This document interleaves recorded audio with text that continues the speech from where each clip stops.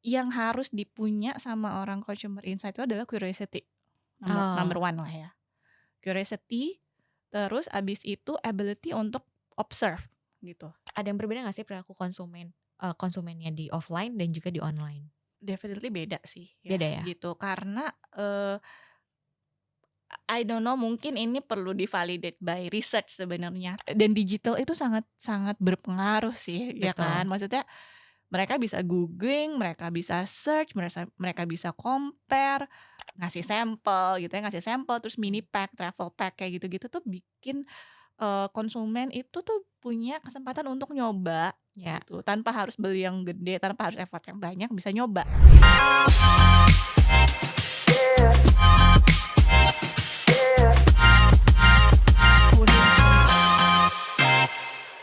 Halo teman-teman brand, kembali lagi dengan saya Dini dari kompas.co.id. Nah, selamat datang di ruang tamu Kompas. Nah, saat ini kita akan mendatangkan salah satu narasumber yang berbeda. Setelah kemarin kita udah berdiskusi dengan digital marketing expert, brand innovation expert. Kali ini kita akan mendatangkan salah satu consumer insight expert. Nah, khususnya untuk di industri FMCG. Nah, kalau gitu nggak usah berlama-lama, kita perkenalkan saja nih. Halo, selamat datang di ruang tamu Kompas, Mbak Aprilia Wulandari dari salah satu brand consumer health, brand ya. Ya, Oke, nah mungkin aku enaknya panggilnya Mbak siapa nih? panggilnya Uli aja sih, Oke, biar Mbak nggak Uli. kepanjangan ya. Oke oke, betul betul. Oke, Mbak Uli mungkin boleh nggak nih, perkenalan dulu dengan teman-teman, Kompas gitu ya, Mbak Uli ini saat ini, bekerja di bidang apa gitu ya, dan Mhm, mungkin perjalanan karirnya bolehlah sekilas kita, diinfokan. oke. Oke, jadi tadi udah tahu ya, aku biasanya panggilnya emang Uli, Ya walaupun ya. Aprilia Wulandari. Selama ini sebenarnya udah, di dunia consumer insight itu mungkin lebih dari 15 tahun sih. Jadi ketahuan angkatannya ya. Tapi nggak kelihatan kok, Oke, masih awet muda nih Mbak Uli. eee, kalau misalnya bicara karir sebenarnya dulu itu awalnya karirnya itu nggak mulai dari consumer insight banget sih. Oke. Jadi pas abis lulus, dulu kuliahnya manajemen, which is Mmm, it's quite general lah ya gitu mhm. ya, nggak yang very specific. Nah, dulu karir pertama itu kerja pertamanya tuh nggak langsung consumer insight, dan bahkan tuh nggak kebayang consumer insight itu apa Apa? Iya. sebenarnya waktu kuliah ya. Jadi Mhm. kalau dulu tuh mungkin riset pemasaran, consumer research gitu, itu ya kebayangnya ya kayak riset-riset biasa aja lah ya, basic Mhm. gitu, nggak yang tahu dalam gitu. Seperti Iya. kalau kayak kita melakukan skripsi, kalau kita di ekonomi kan pasti ada skripsi. Nah, kita tuh kebayangnya kayak gitu, which is not Iya. very, exciting ya kalau Mmm. misalnya, ngebayangin yang kayak begitu gitu. Jadi nggak kebayang sebenarnya nyari, kalau misalnya kita, cari kerja gitu, consumer insight nggak pernah ada di list gitu. Pasti kalau anak manajemen kan ya, bank atau Ya, misalnya apa ya, betul. very standard. Nah, habis itu, saya pertama kerja sebenarnya di HR, di salah Oh, satu perusahaan oke. bursa di Indonesia gitu. Mulainya dari sana, nah habis itu, setelah setahun adalah tawaran, MT di salah satu perusahaan FMCG. Ya. Nah, eee, waktu itu sebenarnya kebayangnya MT kan general ya, Ya. tapi di offer itu tuh sebenarnya langsung dia MT-nya tuh specific consumer insight, Oh, market oke. research and consumer insight, waktu itu termnya seperti itu. Ya udah dicobalah ya gitu, dicoba terus kemudian masuk dan baru tuh jedar gitu, "Oh, apakah ini consumer insight?" Gitu, dan Heeh. baru kebayang gitu, "Oh, ada ya ternyata pekerjaan yang seperti ini," which is itu waktu itu tuh, karena itu hal yang baru dan nggak pernah kebayang semenarik itu gitu, Mhm. bahkan jadi kepikir, kalau gitu dari zaman kuliah emang udah make sure jalurnya tuh ke sini ya gitu, nggak Oh, kebayang sebenarnya. Nah, di situ dan, alhamdulillah banget waktu itu dapat mentor yang oke gitu ya, di dan brand itu ya, di ketika MT itu ya? betul, Oh, ya. dapat mentornya yang oke dan memang itu perusahaannya yang very consumer centric, sehingga aku tuh dapat exposure untuk, dapat luxury lah I would say Mmm, gitu ya, untuk bisa belajar banyak tipe research gitu. Karena kalau misalnya kita di company, kita nyebutnya biasanya kalau di consumer research kan ada 2 ya, ya. whether you are in the agency side or you are in the client side. Nah, Ya. kan I was in the client side gitu. Nah, di situ pun, exposure-nya untuk tipe research-nya itu tuh lumayan banyak gitu Mmm. terpaparnya. Jadi dari mulai tracking, brand tracking, kemudian dari retail lah ya pasti, dari kualitatifnya juga ada, kuantitatifnya ada, and it's from all the aspek gitu, dari mulai packaging, brand, nama, terus kemudian iklan for sure, terus NPD, itu tuh terekspos semuanya. Jadi kebayang ya, maksudnya kayak belum pernah tahu dunia itu, terus wah ternyata ada banyak banget hal baru yang aku pelajarin, so it's very, eee, Excited excite banget ya. iya, benar benar. Nah, udah abis itu udah ngejalanin beberapa tahun, and then I move to another company. Kalau FMCG yang tadi mungkin lebih ke F&B sebenarnya, Oke. which is targetnya lebih ke yang ya udah F&B kan mungkin, sorry, beverages itu kan mungkin lebih ke yang anak muda, Mmm. terus abis itu general lah ya. Nah abis itu Tapi itu udah global brands? udah Oke. global brand. Nah, terus abis itu I move to another company yang itu, multi kategoris sebenarnya. Oh. Jadi awalnya mungkin emang masuknya aku lebih ke arah yang mom and babies product, tapi along the way, dengan waktu berjalan akhirnya kemudian bisa manage untuk, the whole kategori lah ya. Jadi, Mmm. lead the team untuk the whole kategori gitu, which is itu Oke. menarik banget karena beda profile, beda Mhm. kategori, beda kebutuhan Ya. gitu. Jadi ya, eee, fortunately bisa ke-expose sama, different type of research sama juga different type of categories. Oke, berarti akhirnya memang, eee, karirnya udah lebih spesifik nih, maunya ke ya udah Bener, serius nih di consumer iya, insight gitu ya. karena terlalu banyak yang bisa di-explore. Oh, oke.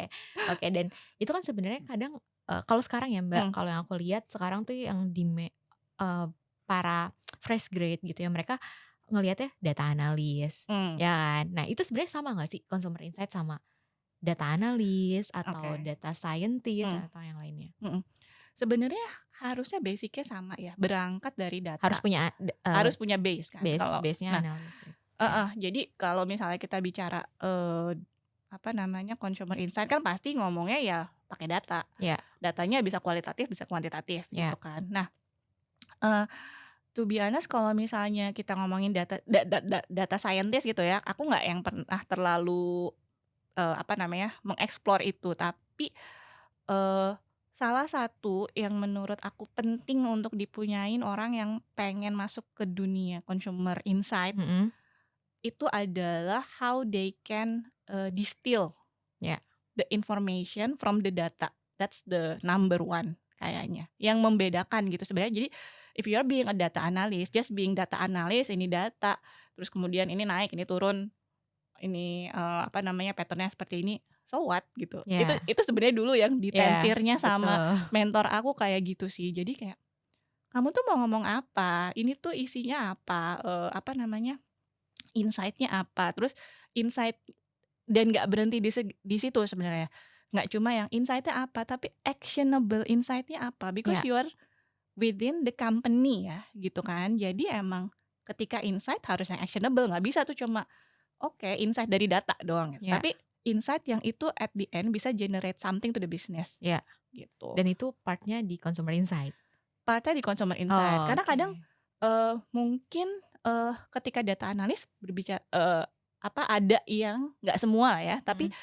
based on data aja gitu, Ya. ngeliatin datanya naik turun gini gini. Terus pas kadang even aku kadang misalnya bisa dapetin yang, "Ini apa ya?" Gitu, Mmm, mhm maksudnya mhm apa mhm. ya, nggak deliver something, nggak deliver story gitu kan. Ya. Nah, kayak gitu tuh sebenarnya yang mungkin, sama source-nya tapi, dan juga tipe of kerjaannya mungkin sama.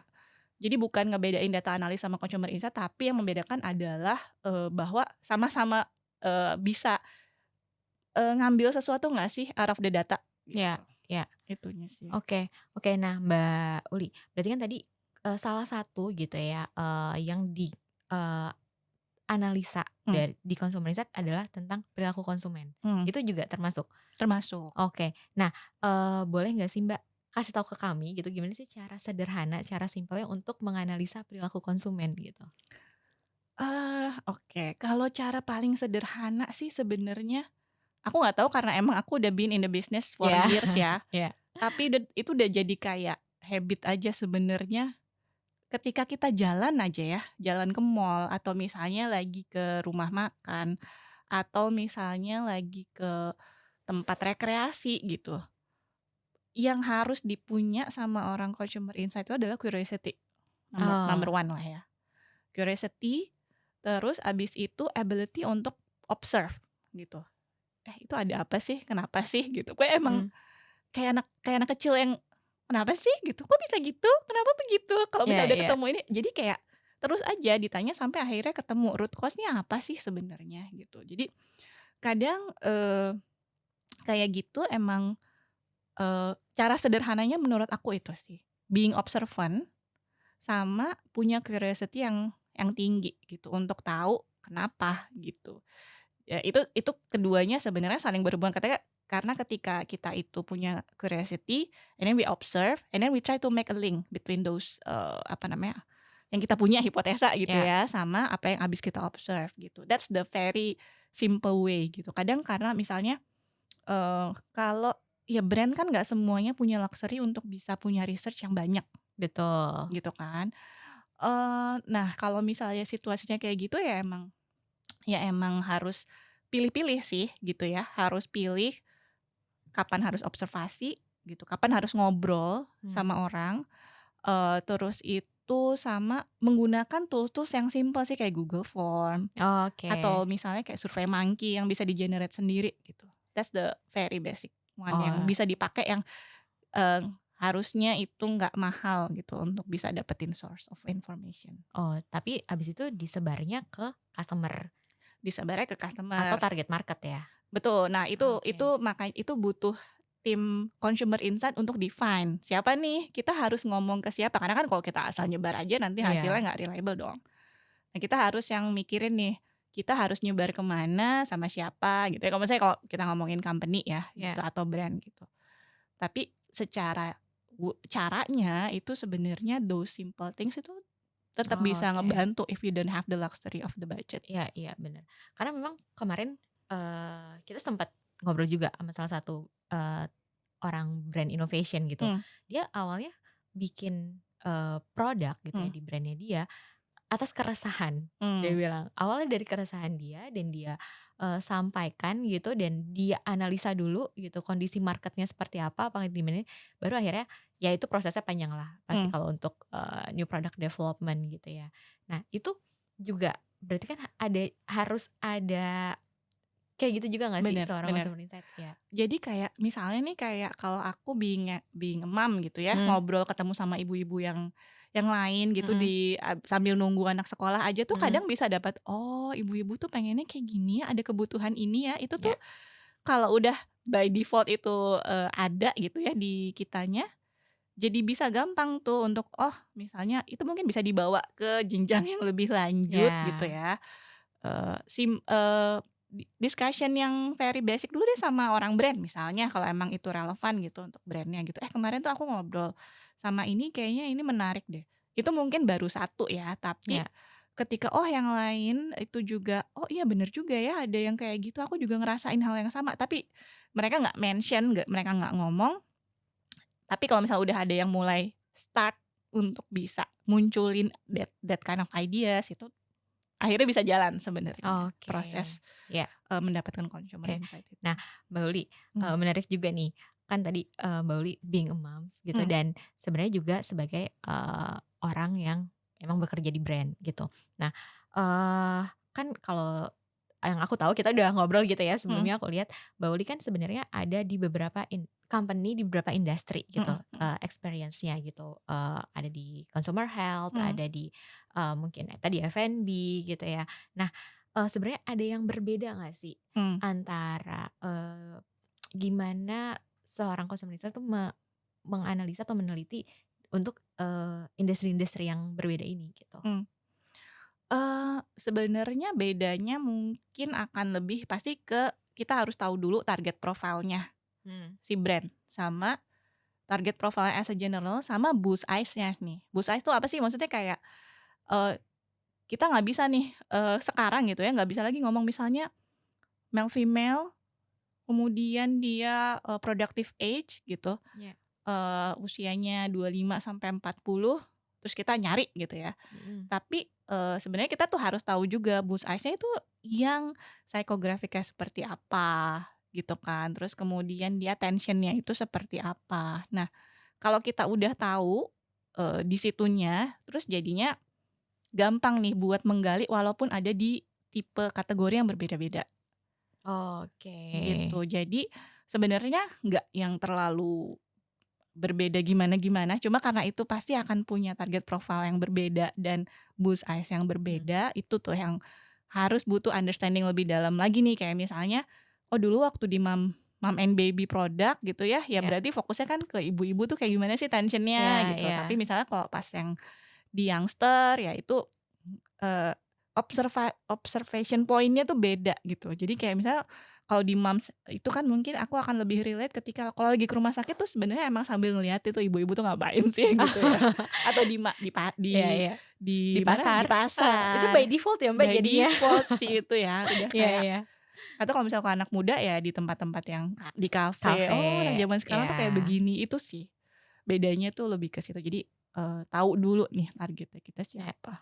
Jadi berarti sebenarnya pekerjaan Baul ini udah cukup mendarah daging ya, karena dimanapun berada by default-nya Iya, udah nge-observe gitu, kebawa ya. iya kan, gitu. Iya iya. Tapi ya mungkin itu, basic kita kali ya sebagai Mmm, manusia kita akan meng-observe apapun yang kita lihat gitu mhm kan ya. mhm mhm. Oke. Nah, eee, ini kita coba beralih sedikit, masih di ngomongin perilaku Mmm, konsumen gitu, Mbak.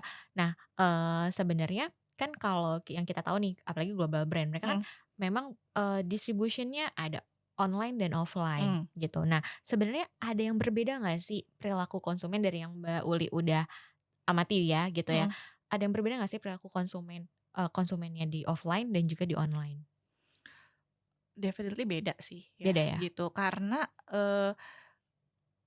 I don't know mungkin ini perlu di-validate by research sebenarnya, tapi, from my personal observation aja ya gitu, as simple as kalau misalnya di e-com, itu Ya kan konsumen me being as a consumer lah ya sekarang gitu ya. ya, Ketika kita ada di e-com, kita itu bisa dengan gampang untuk meng-compare dan betul. instan gitu. Jadi, chance-nya brand untuk bisa sampai, apa namanya, purchase itu tuh sebenarnya very, challenging gitu kalau di online. Karena kalau aku ya biasanya kayak langsung sort, di-filter gitu kan, Mhm. filter, terus habis itu langsung di-sort harga misalnya atau promo atau misalnya rating gitu. Nah, itu kan gampang banget ya kalau misalnya di online gitu, itu memudahkan gitu. Tapi kalau misalnya di offline kan sebenarnya, ya dia datang ke toko itu, ya dia compare yang ada di toko itu doang gitu Ya. sebenarnya. Jadi di online tuh sebenarnya, emang harus kayaknya brand itu harus bener-bener tahu yang dicari di online itu tuh apa sih, orang misalnya price gitu ya, ya Ya, mungkin to some extent ya itu dia mainnya di produk-produk yang emang bisa tuh price-nya dimainin kayak gitu. oke.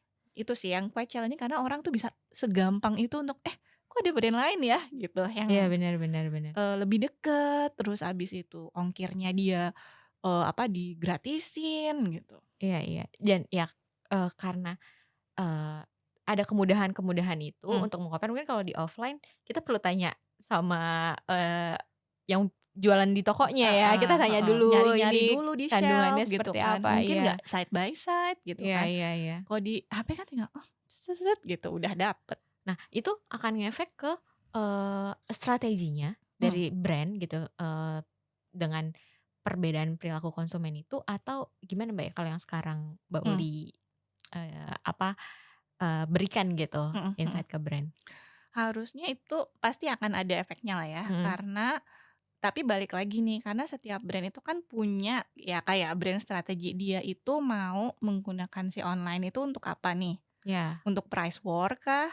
Biar bisa dapetin dengan harga yang itu dia bisa tekan dengan promo sebanyak mungkin? Mmm, Atau misalnya ya itu untuk establish, ya availability di channel itu tapi, harusnya malah jadi kayak, as an official store gitu ya. Misalnya dia itu, jadi acuan harga nih, ini nih acuan harga yang paling bisa reliable tuh harusnya segini and this is your, source untuk bisa, oh produk yang original, yang trusted, itu reference harganya segini gitu. Nah, kalau misalnya ada harga yang jauh di bawah kan bisa jadi itu dipertanyakan gitu kan Ya, originality-nya, apalagi karena dia kan nggak bisa pegang produknya ya. Bedanya kalau di betul. offline kan kayak begitu. Jadi, ya balik lagi itu sebenarnya ke strateginya dari, masing-masing company plus the nature of the category kayaknya. Maksudnya, Oke. eee, kalau misalnya produk-produk yang dia itu harus megang, harus lihat, Mhm. itu mungkin akan di online mungkin agak susah untuk bisa jadi first trial, Ya, betul ya kan. betul. Karena at least orang offline dulu dia udah, trust dengan produknya udah kebayang, mungkin repeat order dia bisa dialihkan ke online Online. dan strateginya adalah berarti kan ini is a repeat purchaser dong, Ya. apa sih yang bisa dilakukan sama brand untuk meng-induce orang yang udah jadi user Ya, gitu. betul betul. Jadi kalau misalnya emang dia itu maunya, ada di online bisa meng-capture si new user ya kan it's different strategi lagi sebenarnya dari baik dari promo, tampilannya di toko, Ya. description gitu-gitu. Oke, Mbak Uli. Wah, kita udah mulai banyak nih ya tadi Mmm, ngomongin tentang perilaku konsumen. Nah, ini kita mau, coba rileks dulu sebelum, kita diskusi lain, kita ada oke. sedikit games gitu ya.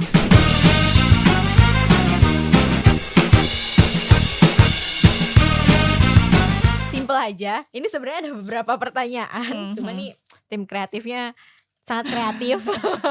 Nah, mungkin di sini ada beberapa pertanyaan Mbak Uli nanti, Mhm. bisa dijawab gitu ya. Jadi, kalau nanti kalau memang Mbak Uli, "Aduh aku nggak pengen jawab," boleh lempar ke aku. Nah, ini berarti aku main berdua ya? Aku juga akan jawab pertanyaan. Nah, kita Mmm. mulai dari Mbak Uli dulu deh. Ini Coba aku boleh pilih. cosplay jadi Miss Universe ya, Iya, benar benar benar. kayak ada Boleh dipilih. fishbowl-nya. Ini ya, Oke, boleh dibacakan. dibacakan ya? Iya. Oke. Aduh, jauh lagi nih. Aduh. Oke, sebutin cita-cita pas masa kuliah. Oh, pas masa kuliah ya? Mmm. Dan jelasin kenapa. Oke. Ini ini ya, honest answer ya. Iya. Cita-cita pas masa kuliah aku kan di manajemen. Oke. Manajemen itu sebenarnya tuh pengen banget tahu nggak sih masuk apa? Apa? Bank Indonesia.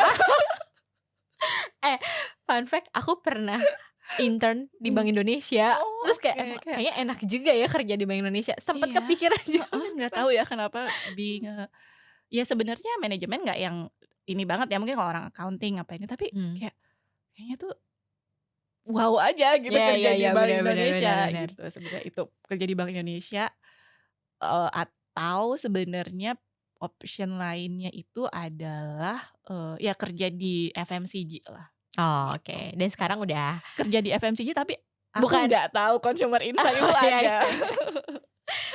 Pokoknya, yang penting brand-nya dari Heeh FMCG heeh heeh. gitu Oh, ya? yang menarik tuh gini, jadi dulu rumahnya bokap Heeh. itu, di Cijantung Mmm.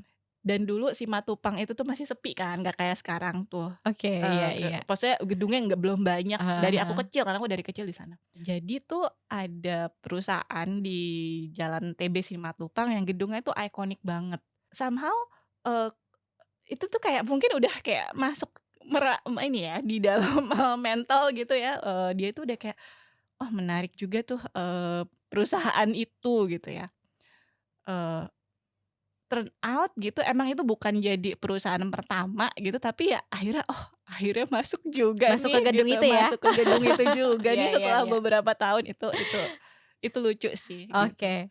Oke, mungkin boleh di-next ya pertanyaan aku juga coba.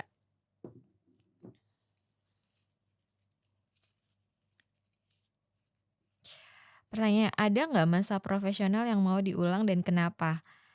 Eee, nggak ada sih, mau dijalanin aja. Pasrah Kayaknya apa gimana nih? iya, kayaknya,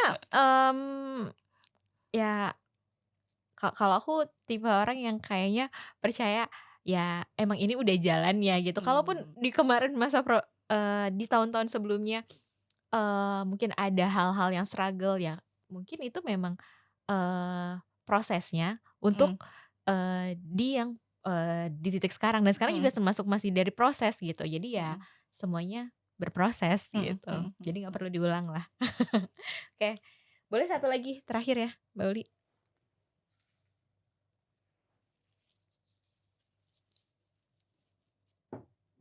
Oke. Eh, aduh, cerita achievement terbaik selama kerja profesional. Ah, Eh, aduh, sombong gak nih kalau ini kirain pertanyaannya buat lucu-lucuan ya, ternyata iya pertanyaannya serius ya? berat-berat. Heeh heeh heeh. Oke, sebenarnya, mmm, salah satu yang buat aku achievement itu adalah heading the team Mmm, di Consumer Insight multi kategoris itu to me gitu ya, mhm, eee, relatif muda sebenarnya, even for myself itu aku nggak expect aku ada di posisi itu di waktu itu gitu ya. iya Mungkin kalau sekarang in my time ya iya. gitu, maksudnya kayak jauh banget ya angkatannya gitu. Maksudnya kalau misalnya sekarang mungkin banyak banget lah ya yang muda tuh udah yang karirnya melesat gitu, tapi Iya, maksudnya to my, kan mungkin as a person, punya kayak standar gitu kan, "Oh mhm, aku akan achieve segini di usia segini." iya. Itu tuh beyond my expectation sebenarnya, which is to me is quite an achievement sih. Berapa tahun yang lalu tuh, Mbak? Waduh, berapa tahun yang lalu ya, mungkin sekitar 9 tahunan lah ya, 9 10 Oh, tahunan oke. gitu. Udah expert banget nih Mbak Uli ternyata. Kita mungkin lanjut diskusi tadi ya tentang, perilaku konsumen, online dan offline. Nah, Mmm. tapi kan mungkin kita tahu, Mbak Uli berarti kan sebenarnya udah jadi consumer insight, sebelum e-commerce ini booming ya? Mhm mhm. Nah, Iya sih, udah ada sih dulu tapi kayak belum se-booming belum sekarang, heeh belum heeh. seperti sekarang ya gitu ya. Nah, ada perbedaan yang mencolok nggak sih Mbak gitu dari yang before, eee, ada e-commerce itu jadi salah satu channel gitu Mmm, ya, channel distribusi sampai dan yang sekarang nih kalau boleh dibilang, bahkan brand itu udah punya tim sendiri, divisi mhm mhm. sendiri khusus untuk e-commerce gitu ya. Benar benar.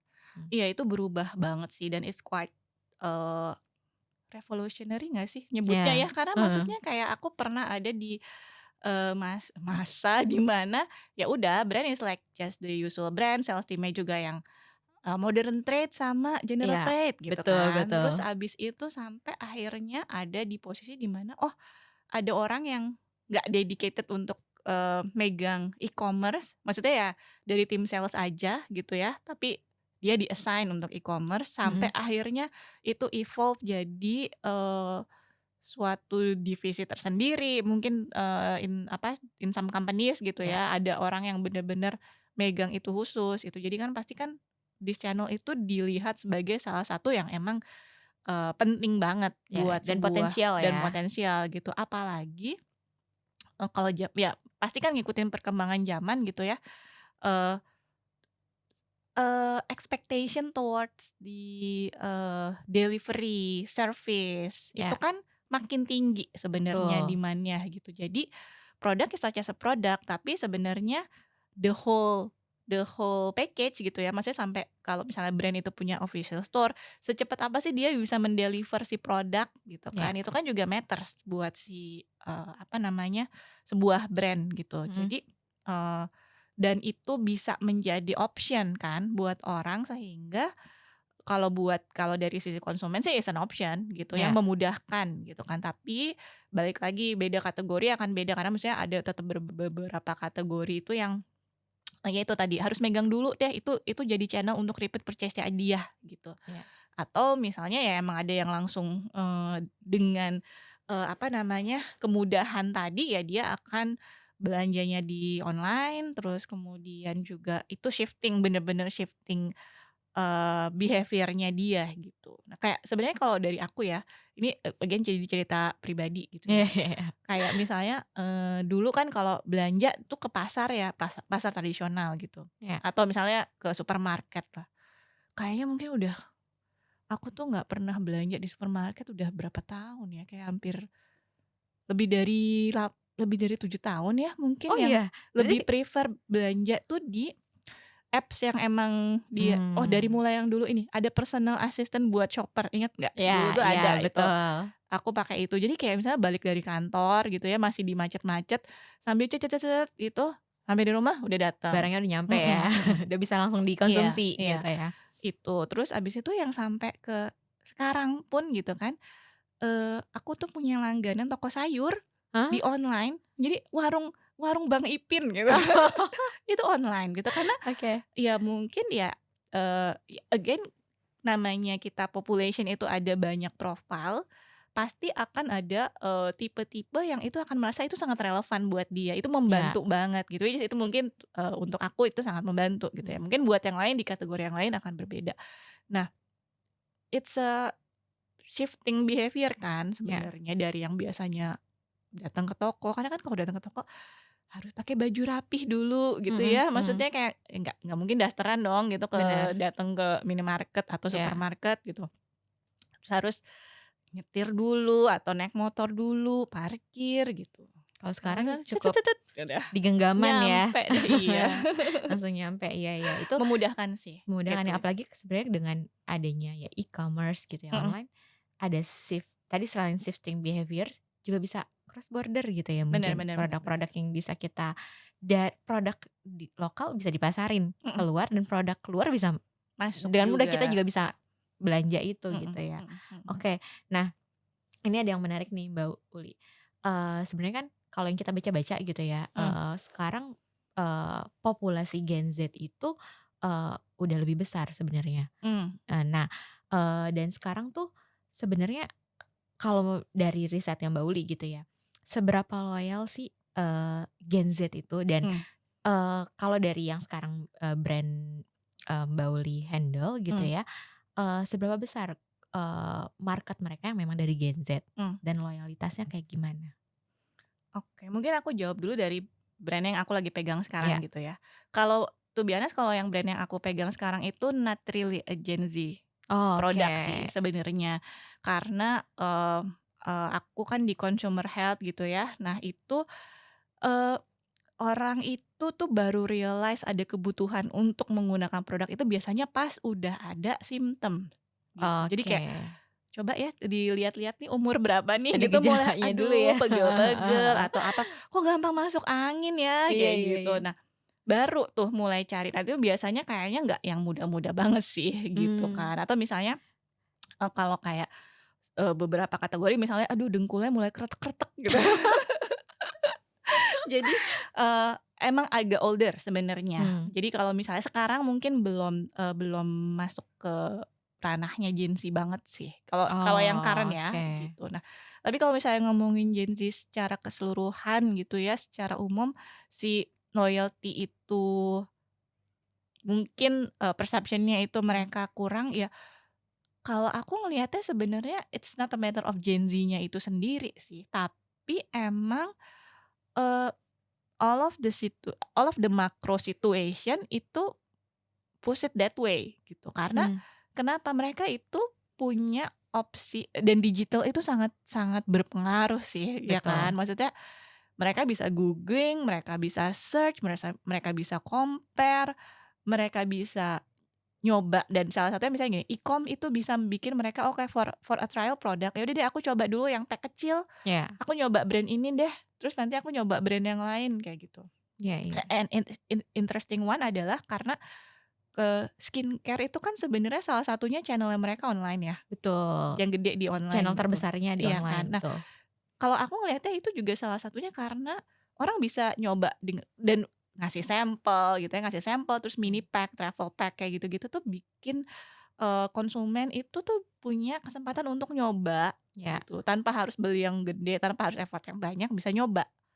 Nah, eee, jadi kalau balik lagi tadi ke Gen Z sebenarnya maybe it's not about the Gen Z-nya itu dari sendiri ya, Mmm. tapi, lebih ke, eee, apa, kondisi kita sekarang itu memungkinkan. Dan banyak option juga Bener, kali ya. heeh Jadi heeh. mungkin loyalitas itu, eee, mungkin untuk sebagian orang ada sih. Mmm, Kalau kayak usia-usia milenial ke atas mungkin ada ya Mbak, dia mhm udah mhm. yang loyal sama. Heritage brand yang udah dia biasa Iya, pakai gitu heeh ya. heeh. Tapi, ya dengan mereka itu punya option banyak sih, why not ya, mereka kan untuk Betul sih. mencoba-coba sih, Kecuali dia sampai udah ketemu yang udah cocok. coba-coba, akhirnya dia suka satu produk, Mhm dia coba lagi.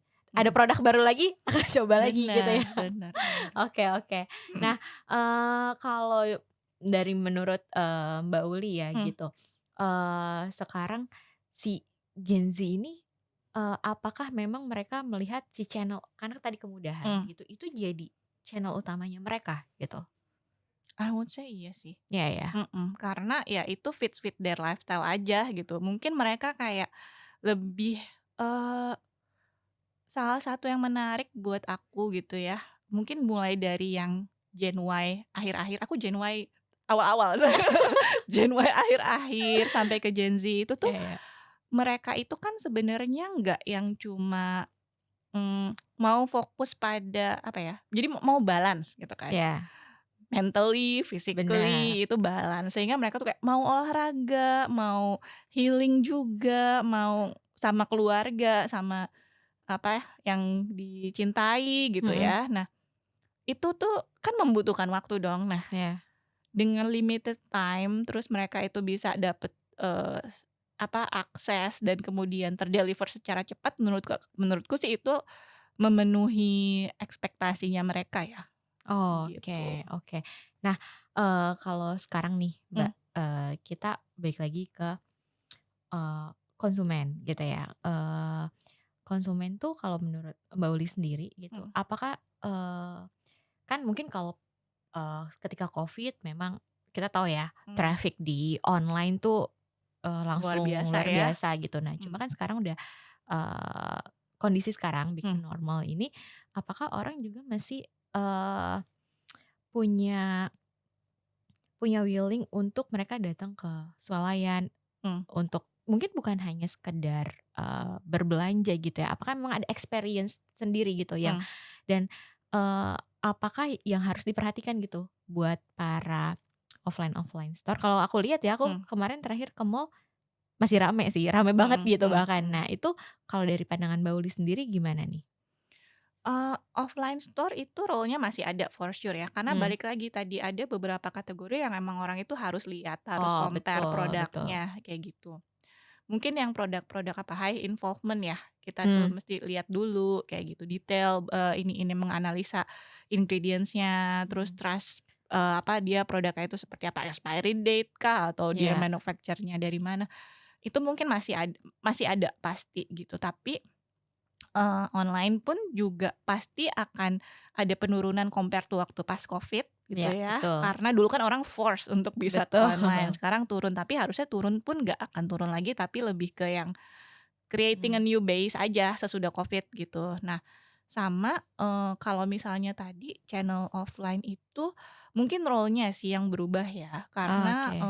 balik lagi ke lifestyle-nya mereka yang pengen, kalau aku ngelihatnya lifestyle mereka yang pengen balance everything, itu jadi nggak punya waktu lama-lama lagi buat ada di toko gitu. Mmm, Kalau dulu mungkin kita pernah ada fase di mana, hyper super itu jadi tempat yang one apa ya namanya, one time entertainment place gitu, iya ya iya, kan. Yang ada apa sih namanya, ada si, tempat main anak, ibunya mhm bisa mhm, belanja, bapaknya bisa ngapain gitu. Sekarang kan sebenarnya udah nggak iya lagi iya, kayak begitu. Karena kan it takes a lot of time sebenarnya untuk bisa spend itu, kayak weekend setengah hari mungkin habis gitu. iya, Nah, sekarang mungkin orang lebih pengen untuk time-nya untuk bisa punya waktu yang lain-lain. I don't know apakah ini juga sebenarnya impact-nya Covid ya? mmm, Karena harusnya, we have some learning juga di mana after Covid itu sebenarnya kan, every one of us itu tuh jadi lebih menghargai kehidupan nggak sih, gitu. betul, Jadi bersama-sama keluarga, mhm, bersama teman gitu tuh, itu ternyata penting loh gitu. Waktu itu kita lupa mungkin ya. Nah, mungkin itu kayak ada, sadar nggak sadar itu tuh kebawa sih gitu. Jadi sekarang ya lebih pengen balance mhm gitu, punya mhm, waktu buat banyak. Jadi nggak yang spending time buat shopping aja nih gitu. Nah, makanya kalau aku ngelihatnya even offline store yang sekarang lagi berkembang itu kan kayak sebenarnya yang selain minimarket gitu ya, itu kan juga yang levelnya midi nih. Jadi dia iya, lengkap tapi nggak gede-gede banget benar nih. benar benar, Jadi kayak pengen dapetin semuanya, dapet, selesai. Terus iya aku bisa iya, ngapa-ngapain, kayak gitu. oke oke, oke, udah banyak banget nih kita bahas tentang perilaku konsumen, tentang kondisi market Indonesia sekarang ya khususnya gitu ya. Mmm, Nah, mungkin terakhir Mbak Uli, kalau prediksi, kita ngomongin prediksi gitu ya, mungkin 5 atau 3 tahun ke depan nanti market Indonesia itu akan kayak gimana sih? Mmm. Gitu. Harusnya sih kalau misalnya kita ngelihat kondisi makro sih pasti masih akan terus, growing ya. Mmm. Dan mungkin yang membedakan adalah kategorinya apa nih yang drive the growth Oke. gitu. Jadi kayak misalnya ya we have the basic personal care atau home care product gitu ya, yang itu pretty much stable gitu ya along the years gitu. Tapi misalnya kayak kita lihat sekarang nih, skincare itu kan booming-nya luar biasa gitu. Nah mungkin A ada kategori-kategori yang sekarang itu tuh belum belum muncul, tapi mungkin sebenarnya udah ada, arahnya ke sana. Kayak misalnya kalau aku ngelihatnya dengan salah satunya Gen Z gitu ya, Mhm. yang lebih aware terhadap mental health, Mhm. produk-produk yang itu berkaitan sama mental health tuh sebenarnya punya potensi. Mungkin sekarang ya brand-brand ada yang sedang menggodok, ada yang Iya. sedang menyiapkan itu gitu, tapi harusnya akan ada beberapa kategori yang itu tuh bisa meng-capture, needs-nya dari konsumen yang sekarang belum, tapi nanti in the next 5 years itu akan ada gitu. Gitu. Oke. Oke, ya menarik ya, Mhm, Mbak Uli, ini karena ternyata waktunya udah habis, padahal iya masih iya. pengen banyak ngobrol, banyak banget nih insight menarik, Kak, aku seneng. Oke, nah, mungkin terakhir dari Kompas ada kenang-kenangan ya buat Mbak Uli? Oke. Wah, Ini, terima jangan kasih. dilihat isinya, tapi dilihat apa ini? Dilihat apa ya namanya? Dilihat effort-nya. Terima Oke. kasih. Oke. Thank you. Semoga bermanfaat gitu dan, Pasti. kita say thank you banget Mbak Uli mau meluangkan waktunya gitu ya dengan kesibukan sebagai, seorang ibu juga gitu akhirnya mau nih, kita dapat waktu, untuk ngobrol dan Mbak Uli bisa datang ke sini. Kalau gitu terima kasih atas Sama-sama, waktunya. tim Kompas. Jangan, bosen untuk ngobrol, mungkin di lain kesempatan kita bisa diskusi lagi gitu ya. Karena kalau udah ngomongin konsumen tuh aku kayak, wow, gitu Iya, ya langsung betul ya. betul, heeh. Tapi jadi kita juga jadi terbuka sih gitu Mmm, ya, oh ternyata ada, ada banyak opportunity gitu sebenarnya dan mungkin orang nggak banyak yang ngelihat gitu ya, ternyata consumer insight itu lumayan core di sebuah perusahaan core gitu banget, ya. Jadi harus ada. core iya core, jadi buat teman-teman brand harus diperhatiin deh gitu ya, Benar benar benar banget. harus punya, tim atau person ya, Mmm, dedicate person yang memang untuk melakukan, sebagai consumer insight mhm gitu ya. mhm, bener Oke banget. kalau gitu. Nah, buat sekali lagi terima kasih ya Mbak Uli, dan mungkin buat teman-teman brand yang, mau hadir di ruang tamu Kompas atau mungkin ada yang pengen, tim Kompas tolong hadirkan, expertise dari bidang ini dong, itu boleh silakan aja nanti hubungi tim Kompas bisa via DM ataupun via komen gitu ya. Nah nanti kita akan coba hadirkan dan kita bisa belajar bareng dari para expertise tersebut. Dan juga buat, teman-teman jangan lupa untuk follow sosial media Kompas di kompas.co.id dan juga subscribe YouTube Kompas di sini ya, gitu ya. Oke, sampai jumpa di podcast berikutnya. Terima kasih.